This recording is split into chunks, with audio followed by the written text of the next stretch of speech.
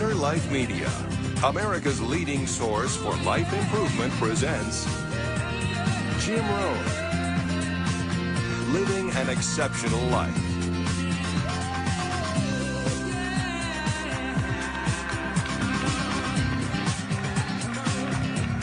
Hey, thank you. How's everybody? Nice to see you. Thanks for coming today. I appreciate it very much, and I'm just delighted to be here. How many of you have never seen me before? This is your first time.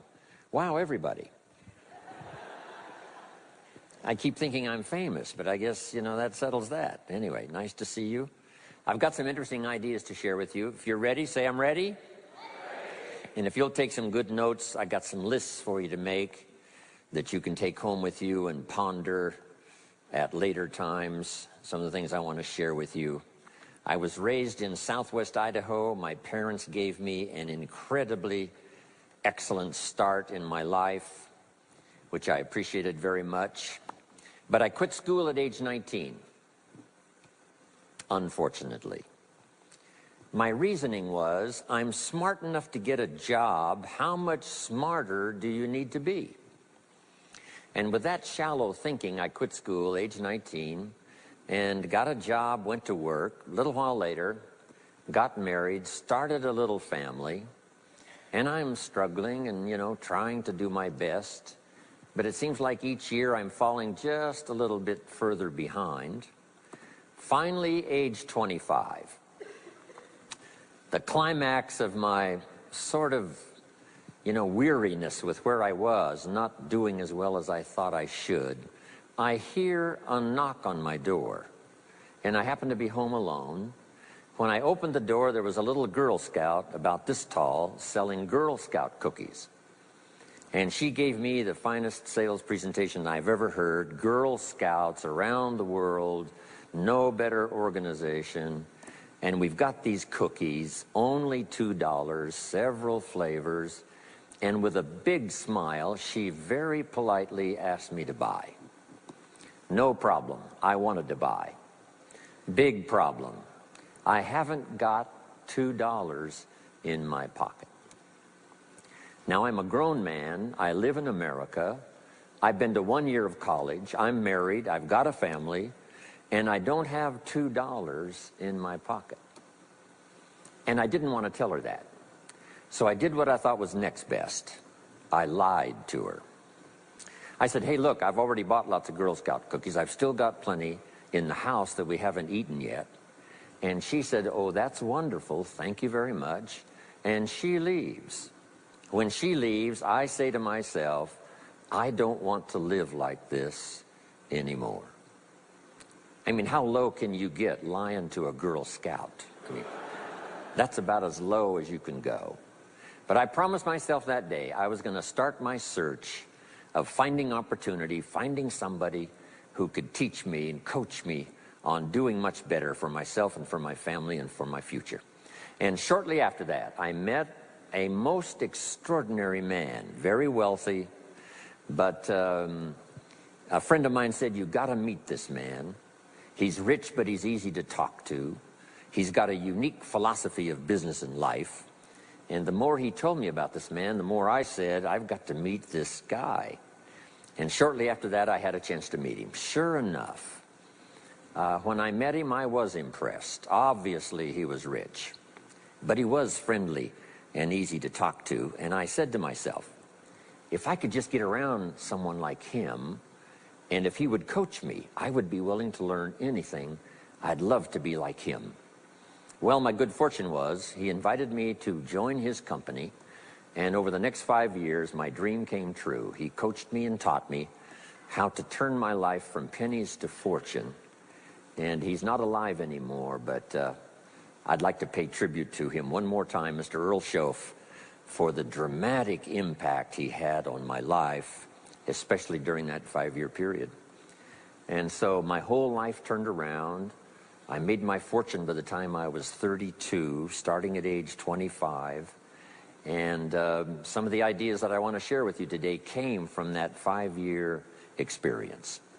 Then from there, I got into lecturing and giving seminars, and I've written a few books. and my career now spans about 41 years.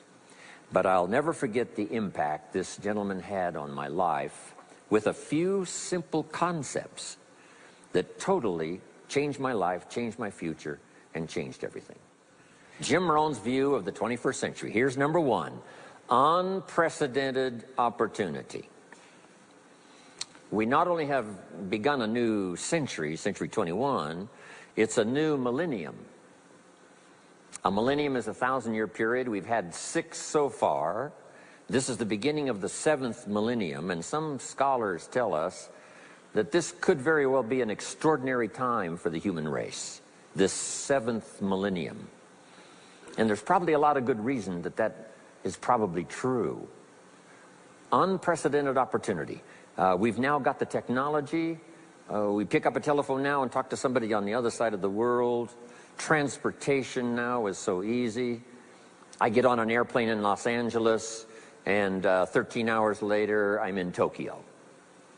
5 meals, 3 movies, and you're there. I mean, you know, it's a simple deal.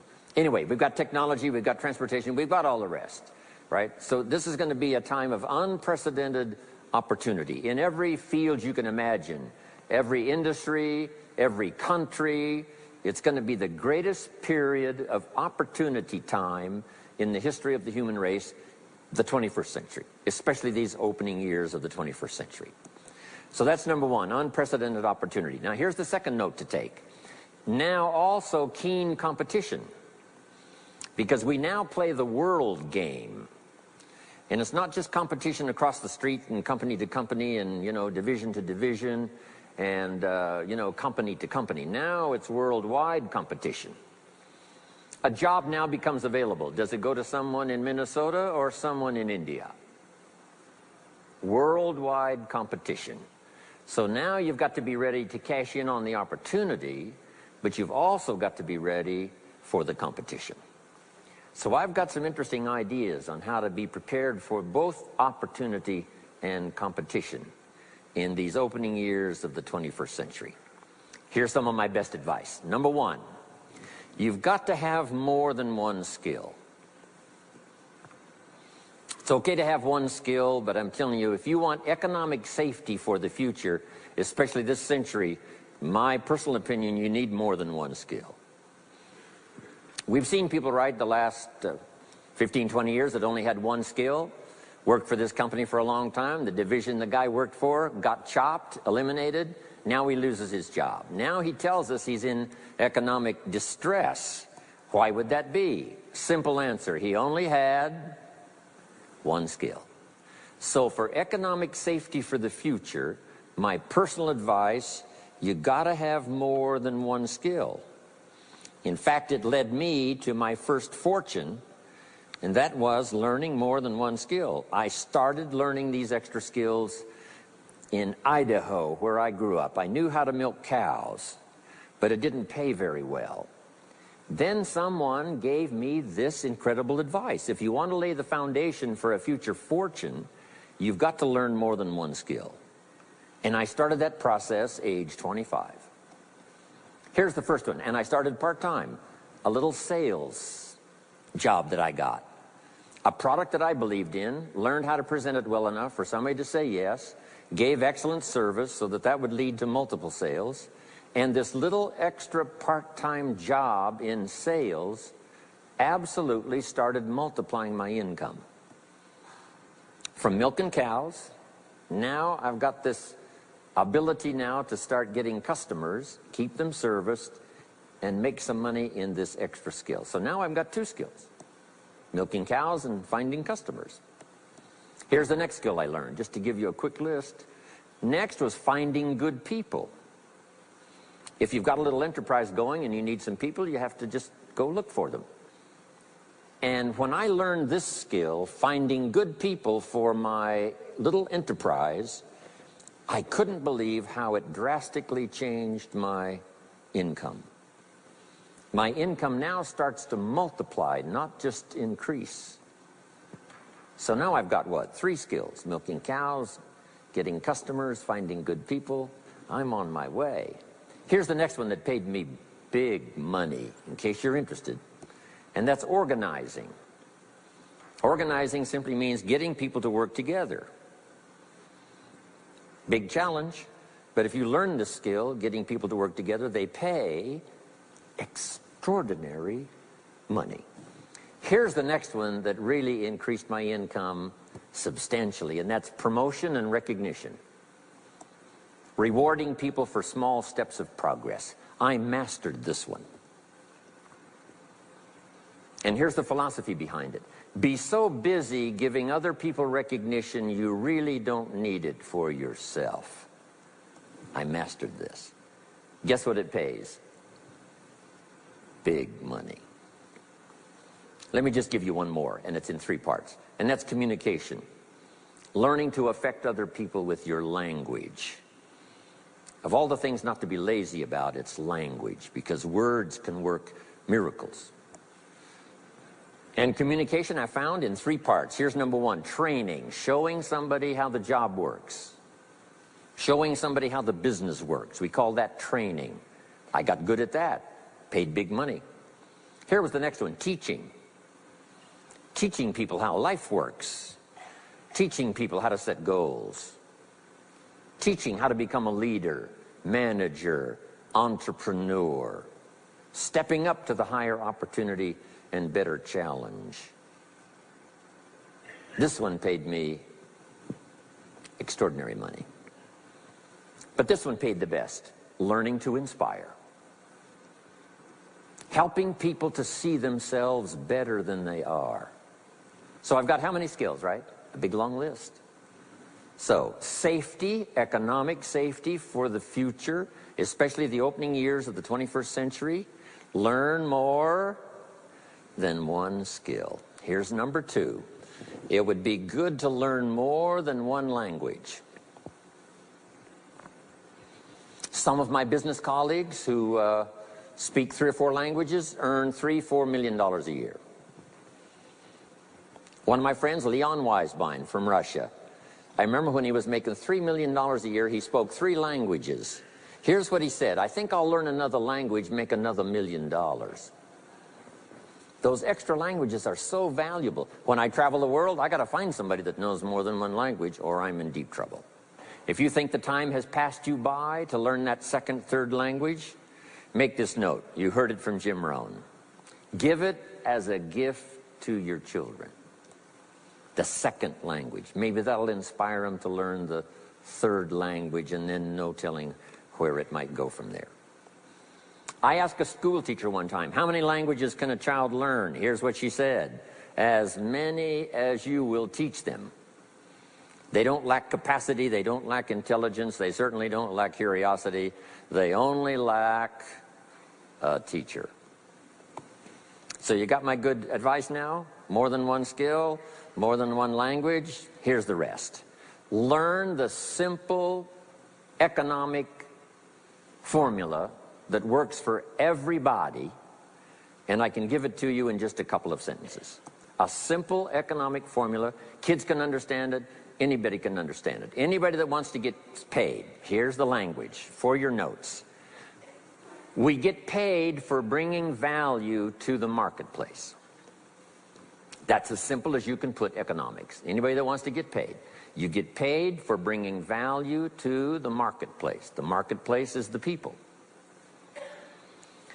Now, the value we bring is one part of it, a product or a service, but here's the other part, the value you become.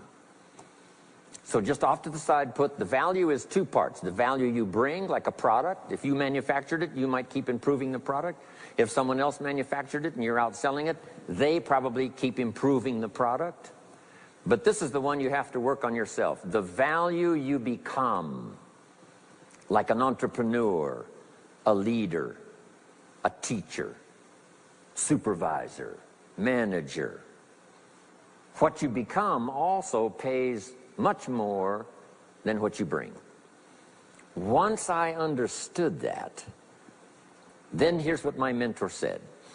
Go to work on yourself harder than you work on your job.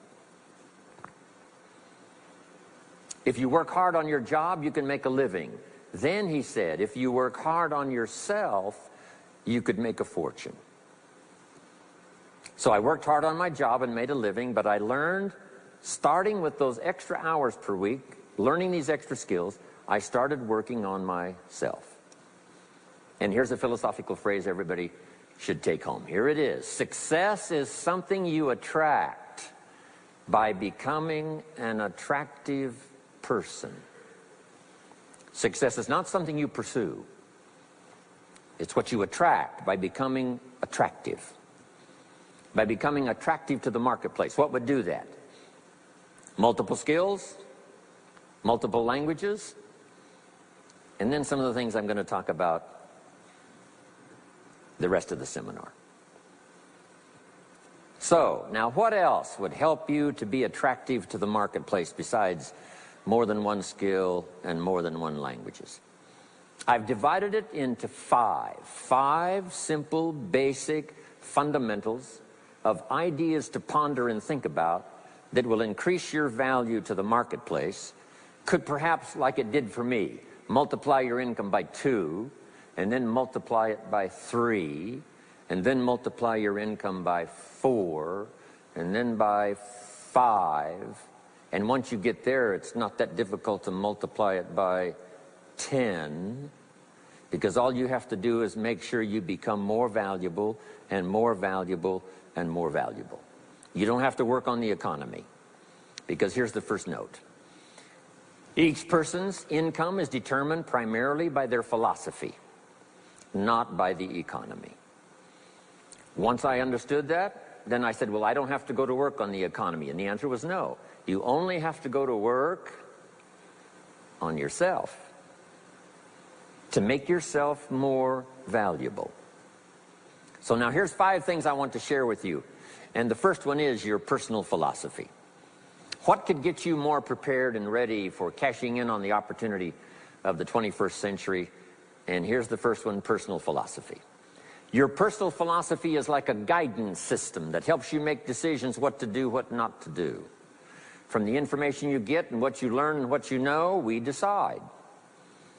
Maybe your philosophy would have been 5 years ago never to attend seminars like this. You just didn't go. Now 5 years later, here you are. Something happened along the way to change your mindset, saying, hey, for the money and the time, if I just get one good idea and walk away, it certainly is worth the money and the time. So now that little amendment in your philosophy, you now say, I'm going to regularly go, because it doesn't take but a few ideas to make a great difference in your income, personal life, social life, and all the rest. So now you know that's valuable. A change of mind, a change of idea. So that's what personal philosophy is all about. The more we learn, the more we know, the better we're able to make better decisions about 2 major things. Your philosophical guidance system does 2 things. For your notes, number 1, helps you to see the dangers on one side, so you can avoid those. But here's what else your guidance system does. Personal philosophy helps you to see the opportunities on the other side, so that you can expand those, maximize those. And here's what that's called. The game of life is to minimize the dangers and maximize the opportunities. And the more we know and the more we learn, the more experience we gather in sessions like this, from the sermon on Sunday morning to the books we read and all the rest, helps us to keep continually adjusting our philosophical guidance system so that we minimize more dangers, maximize more opportunities. That's really the game of life. I couldn't put it much more simply. So number 1, we're affected by what we know. Now, how do we know more things and learn more things that'll help us readjust our thinking so we can avoid the dangers, maximize the opportunities? Here's number 1, learn from personal experience. One way to learn to do something right is what? First do it wrong, right? Mess up, and then you say, wow, that was costly. I'm never going to do that again. So one way to learn to do it right, first do it wrong. Sometimes a negative experience turns out finally to be positive. They say if you survive your first heart attack, you may now live to be a very old person. Why is that? Well, that first heart attack, if you survived it, is called a wake-up call. And maybe the doctor said, one more of these and you're history. And you said, wow. And you make it for the health food store. And you start reading every book you can find on good nutrition, how to avoid another one of these heart attacks, and you start jogging and start walking and doing all of the stuff, and this total change of lifestyle could now save your life and cause you to live to be a very old person. Here's what my mentor said, that's some of the best advice I ever got. He said, Mr. Rohn, if you will change, everything will change for you. If you'll start making personal changes, your income will change, your health will change, your future will change, everything will change, if you're willing to start making the changes. So sometimes a negative experience now causes us to really make a sudden shift in our philosophical guidance system that says, hey, I'm never going to let this happen to me again. Fantastic. Now here's the next way to learn, and that is to learn from other people's experiences, whether they are negative or positive. It's too bad failures don't give seminars like this. Wouldn't that be good information? Now, we don't want to pay them, so they don't lecture, but their information would be valuable. If you know a guy that's messed up his life for 40 years, you have to say, John, would you spend a day with me? And I will bring my notebook and take good notes. A good-looking guy like you, beautiful family, every reason to do well, threw it all away. Teach me how for the last 40 years you messed it all up. And he tells you, and you take good notes. Learning from the negative side of someone's experience. If somebody tells me these eggs are rotten, I'm not going to make an omelet and try it, right? I'm just going to take their advice and their know-how. So, learn number one from your own experiences, learn number two from other people's experiences. And my mentor taught me to always keep a journal. Here's what he said, don't trust your memory. If you want to live a dynamic life, multiplying your income, multiplying your future, be a good student. If a good idea comes your way, write it down, then ponder it, then perhaps go do it. Okay. Now, your philosophy comes from what you learn, comes from what you know, comes from other people's experiences. 3 ways now to learn from other people. Here's number one, learn from what you see. One of the great watchwords of these early years of the 21st century, pay attention. If you just watch, you can pick up clues. Success leaves clues. And if you'll be a better observer of the winners and the losers, those that are doing well and those that are falling behind, and just take mental notes and good notes and say, I'm going to adjust what I'm doing based on what I see. Here's number two. We learn so much from other people based on what we hear. Here's good advice on that. Be a selective listener. Listen to voices of value that have experience, ideas, reputation, something valuable to share. Now here's number three. Read all the books. Now there's millions of books, so you can't read all the books. But make this note. Read all the books you need to read to make you as wealthy as you want to be, as healthy as you want to be, as prosperous, as productive, as unique a human being as you want to be. Read all of those books. Don't leave those books go unread. My mentor got me started on my library when I was 25. I got one of the best. If you saw my library, you would be impressed. I haven't read everything in it, but I feel smarter just walking in it, right? My library. I was smart enough to buy it all. Now I got to be smart enough to read it all. Now jot this down. When you do read, you have to sort through what you read and decide which is valuable to try. That's part of the process of learning.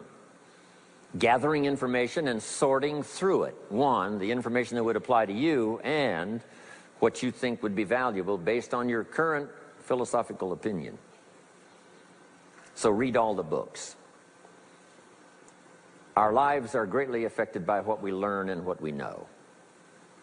Now here's number two of these very basic 5 things I want to share with you. First, your personal philosophy. Here's number two, your attitude. First, we're affected by what we know. When I talk to the kids in high school classes, college classes, that's the first thing I tell them. Get the information while you're here. Right? Nothing worse than being stupid when you get out of school. So get the information. Being broke is bad, but being stupid is what's really bad. And what's really, really bad is being broke and stupid. Nothing much worse than that, unless you're sick. Right? Sick, broke, and stupid. That's about as far as you can fall unless you're ugly, right? But surely that would be the ultimate, right? The ultimate negative life. Ugly, sick, broke, and stupid. So learn all you can. We're affected by what we know, so get the information. Don't be lazy in learning. Don't be lazy in going through the books, building your library, coming to classes like this consistently. Some of them will be so dramatic, your life will never be the same. Maybe this is one of those today. Next, we're affected by how we feel, attitude.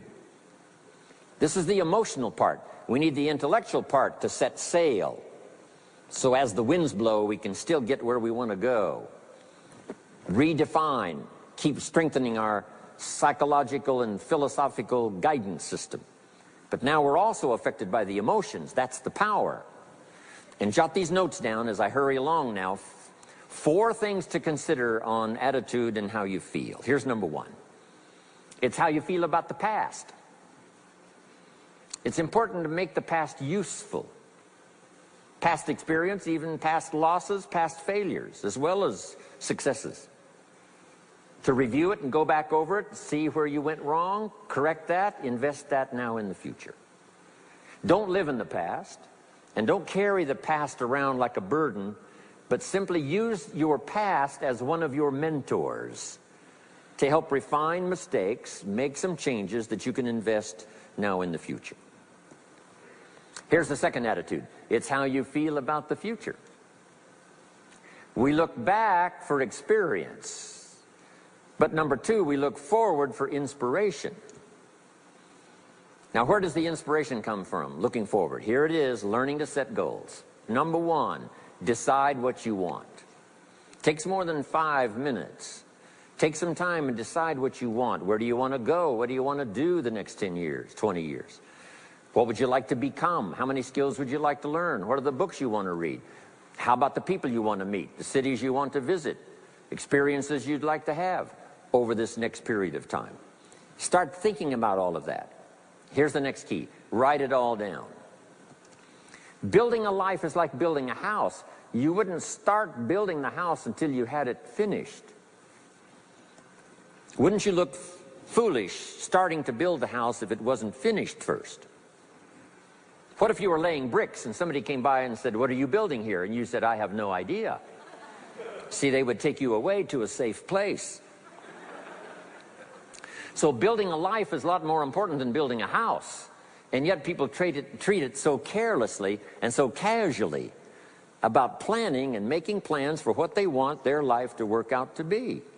So I'm asking you not to be casual anymore. Start designing the future for yourself, for your family, for your business, for your future. Okay, decide what you want. Okay, so from the past we get experience, from the future we get excitement, inspiration by setting goals.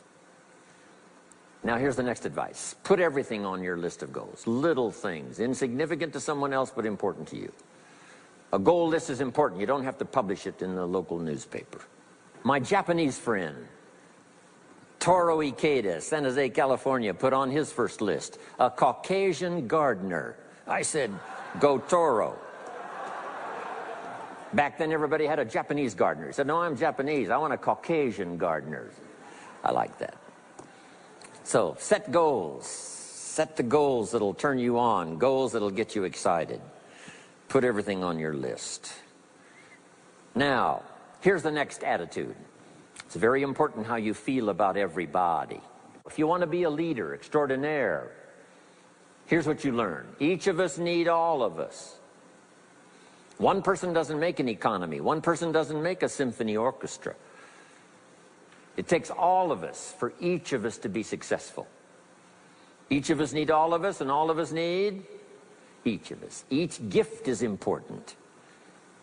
as we bring it to the table, as we bring it to the country, as we bring it to the community. Learn to appreciate that. Each of us need all of us. Now here's the last one on attitude. It's how you feel about yourself. Nothing more powerful than self-confidence to start multiplying your income by 2, by 3, by 5, by 10. And where does that come from? Make the note. It comes from self-esteem. Doing the things you know you should do, and at the end of the day, your self-esteem is soaring and high. You've met the people you said you'd meet. You made the calls you said you would make. You did the things that you required of yourself to do. And at the end of the day, you feel great about yourself. That is one of the greatest motivating factors for the future, self-esteem, feeling good about yourself. Now let me give you the miracle piece of this formula. If you're ready, say, I'm ready. Here it is. Number 3 is activity. We're affected by what we do. Now we've gotten to the formula of how to turn ideas into reality, how to turn imagination into substance. It's called number 3, activity. So add these notes to it now. Activity is the work. Activity is the labor. You might add labor pains. I'm short on personal experience here, but the mothers in the room would tell us that we know what that's all about, labor pains. Why would an upcoming potential mother be willing to put herself through maybe a rather painful experience? She said, that's an easy answer, and it's for your notes. It produces new life. Why wouldn't she put herself to the labor? Now comes the miracle of new life. And whether it's new career life or new business life or new friendship life or new married life or new life of any kind, it has to come from the work. It comes from the labor. In fact, labor was so important. Here was the original formula for labor. If you have forgotten it, remind yourself. For your notes, 6 days of labor and what? 1 day of rest. Now it's important not to get those numbers mixed up. Why is that? Here's why. Why not 5-2? I don't know, maybe 5 and 2 would be okay. If God would have thought of 5 and 2, he might have made it 5 and 2. Right? You can't think of everything when you're putting one of these together. But maybe one of the reasons for 6-1, jot this down now. If you rest too long, the weeds take the garden. Not to think so is naive. As soon as you've planted, the busy bugs and the noxious weeds are out to take it. So you can't linger too long in the rest mode. You've got to go back to work. 6 days of work, then rest and spirituality and friendship and change of pace. And then go back over the last 6 days. What did I do? What did I miss? Who did I miss? What happened? So that I can invest those corrections in the next 6 days of higher productivity. Have you got that now? 6 days of work, 1 day of rest. Don't get the numbers mixed up. Activity. Now, activity finishes the miracle. Good question for your notes. How did this convention center get here? Let me give you the steps. Number 1, somebody saw it while the property was vacant. You say, well, how could you see a convention center if it isn't here? It's the only way it will be here. And somebody has to see it so clearly they can draw a picture of it, saying, this is the convention center. You say, no, it isn't there. They say, yes, this is the convention center. The artist's rendering shows you a picture of what isn't there. That's the beginning of imagination. So to turn nothing into something, here's what you do. Imagine the possibilities. That's why we recommend testimonials for someone to say, hey, I started with pennies and I made a fortune. And when they finish, sometimes they say something like this, if I can do it, what? You can do it. And we start imagining the possibilities. Here's number 2, have faith to believe that some of them are possible for you. And both imagination and faith are powerful forces, but we still don't have a hotel. We still don't have a house. Even though those are powerful forces, it is the beginning. Now, imagination and faith must be deposited in activity or it is wasted. But the finishing touch of the miracle process is now, go to work. Go to work and build a better career. Go to work and build good health. You can't have good health without the work. When did we start hearing that phrase? No pain, what? No gain. You got to do the work. You can read all the books until you're wise. You can have faith and believe until it is extraordinary. But now you must go to work. And if you'll learn to appreciate the work that produces the miracle of good health, the miracle of a career, the miracle of a relationship, the miracle of a fortune. Only humans now can do this. The birds of the field can't do it. No other life form can imagine and create something from nothing. Have faith and then build it and make it real. Only humans. It's an extraordinary gift. Depends on how often you use it. So number one of the ideas I wanted to share with you to make this an extraordinary opening year century for you is philosophy. We're affected by what we know. Second is attitude. We're affected by how we feel. Third is activity. We're affected by what we do. Now here's the final two pieces. Number four, learn to measure progress. Once you've set up a project now, you want to turn nothing into something. Now you must measure your progress. How are you doing? Here's how we teach it to our children. Life expects us to make measurable progress in reasonable time. Measurable progress in reasonable time. That is the game of life. So part of it is not just to set up the proposed project, but as we start working on it, we start measuring how we're doing. Now first, what is reasonable time? You can't ask someone every 5 minutes, how are you doing now? See, that's too soon. Guy says, I haven't left the building yet. Give me a break. Now, we can't wait 5 years. That's too long. So there's reasonable time. So make this note now. What is reasonable time? One, at the end of the day. A conversation a father should have with his daughter today, because the magic is there. If he waits till tomorrow, the magic may be gone. Today. Next is a week. Make that note. Usually, we get paid by the week. Somebody adds up our value to the marketplace, out comes the check. The next week, somebody adds up our value to the marketplace, out comes the check. What I learned to do is to change my value to the marketplace so the check kept getting bigger and bigger and bigger. I didn't have to change the economy, I only had to change myself. Measure your own progress. Success is a numbers game. We demanded of our children, how many years do you want your child to spend in 4th grade? Approximately. About 1 year, right? You say, well, if they're nice kids, would you give them 3 or 4 years? You say, no. This is not a nice game. This is getting ready for the future. This is getting ready for the challenges and the opportunities. You can't linger in 1 grade more than 1 year.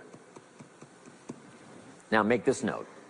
The same should go for us as adults. Don't linger more than 1 year in 1 grade of learning. Adult, management, entrepreneurship, leaderships of all kind. Keep up the pace of learning. Okay. The numbers. Measure. Count. Now here's the key. Face the truth. If you're only making this much progress, you know, there's no use trying to kid the world, no use trying to kid anybody else, and especially don't kid yourself. If in a period of time you've only made so much progress, you just got to swallow hard and say, this is the truth. I've got to face it. Now, what could I do to start increasing my progress and make my health better, make my income better, make my investments better, make my value to the marketplace much better, get busy learning the 2nd skill and the 3rd skill and the next language and the next language to increase my value. I got to get busy and do that. See if you will do that. I promise you, one of the greatest motivating factors in the world is progress. And if you'll measure it, you'll get excited. Now here's number 5 of the 5 major things I wanted to share with you. to make these opening years of the 21st century really pay off for you. And here's the word, lifestyle. Learning to live well, because the ultimate essence of life is not a Ferrari. The ultimate essence is not a home. The ultimate essence is not a bank account. It's not $1 million. It's not a fortune. Here it is.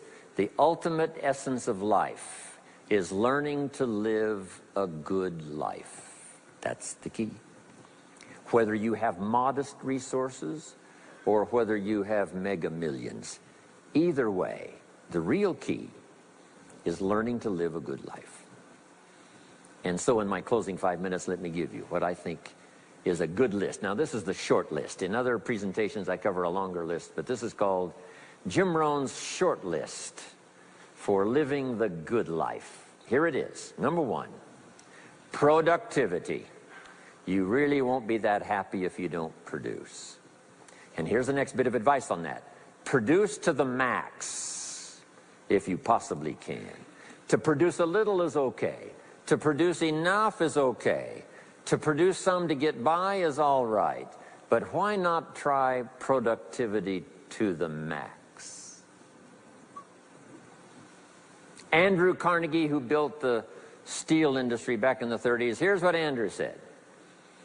I'm going to spend the first half of my life accumulating money. I'm going to spend the last half of my life giving it all away. He got so inspired by that goal that the first half of his life he accumulated $400 million, which back in the 30s was a lot of money. A mega fortune. Guess what he did the last half of his life? He gave it all away. I got a good question for you as we close. Here's the question. What's got you turned on? What's got you up early? What's got you eager to face the day? What's got you inspired to learn the extra skill, put in the extra time, go the extra mile, learn how to work with people, guarantee your future? Good question. Here's number 2, good friends. You got to have good friends. The best support system in the world is good friends. Collect and nourish those as priceless. Good friends are those wonderful people who know all about you and still like you. Those are good friends. Here's number 3, your heritage. What's made America so unique among all the nations of the world and the greatest experiment in the history of the world? And that is the depository of gifts that have come to America over the last 300 or 400 years. The heritage from all walks of life, all over the world. Now, the key to keeping America vital and powerful and unique for generations to come is to keep alive these heritages. The music, the dance, the costume, the customs, the literature, the poetry, and all the rest combined together, making us an extraordinary, unusual nation among nations. Keep your heritage alive. Here's number 4, your spirituality. Whatever you believe in terms of spirituality, that's important. And I've got 3 words for you to consider. Here they are. Study, practice, and teach. Whatever you believe in terms of spirituality, study, practice, and teach. Don't leave your spirituality unstudied, don't leave it unpracticed, and don't leave it untaught. It's one of the major components of a good life. And now to close for your notes. Take special care of the inner circle. Family, close friends. Nourish them, they will nourish you. Inspire them, they will inspire you. And take care of the details, the little things that makes it special for family and friends.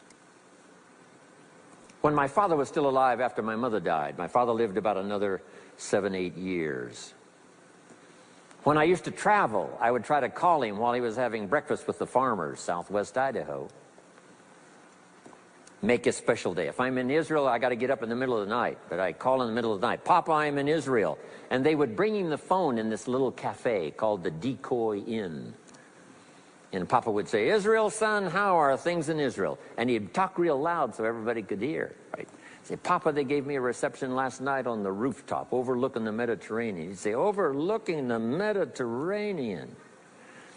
Now he's got a story to tell for the rest of the day. My son called me this morning while I was having breakfast with the farmers. I know he had to get up in the middle of the night. Special days. One more scene. I thought about my father walking down the lane on the farm to the mailbox, opening it up.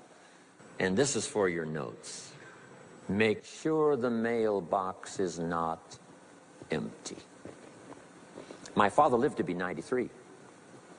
What kind of an experience would that be for a day? Age 93, open the mailbox and it's empty. Even if it's just a postcard, make sure the mailbox is not empty. The details, the inner circle. And now here's the last. Maybe, just maybe, some of the things I've shared with you have been seeds that have fallen on your consciousness at the right time. And then if it turns into something valuable for you in the future, that will be well worth my coming, being away from my grandchildren and my children for a little while, to come and deposit the best of my experience with all of you today. Thank you very much. God bless. We hope you've enjoyed this special presentation of Jim Rohn's Living an Exceptional Life. If you'd like to own a copy of this program or any of Better Life Media's programs, please visit our website at betterlifemedia.com, where you'll find all types of valuable life improvement information.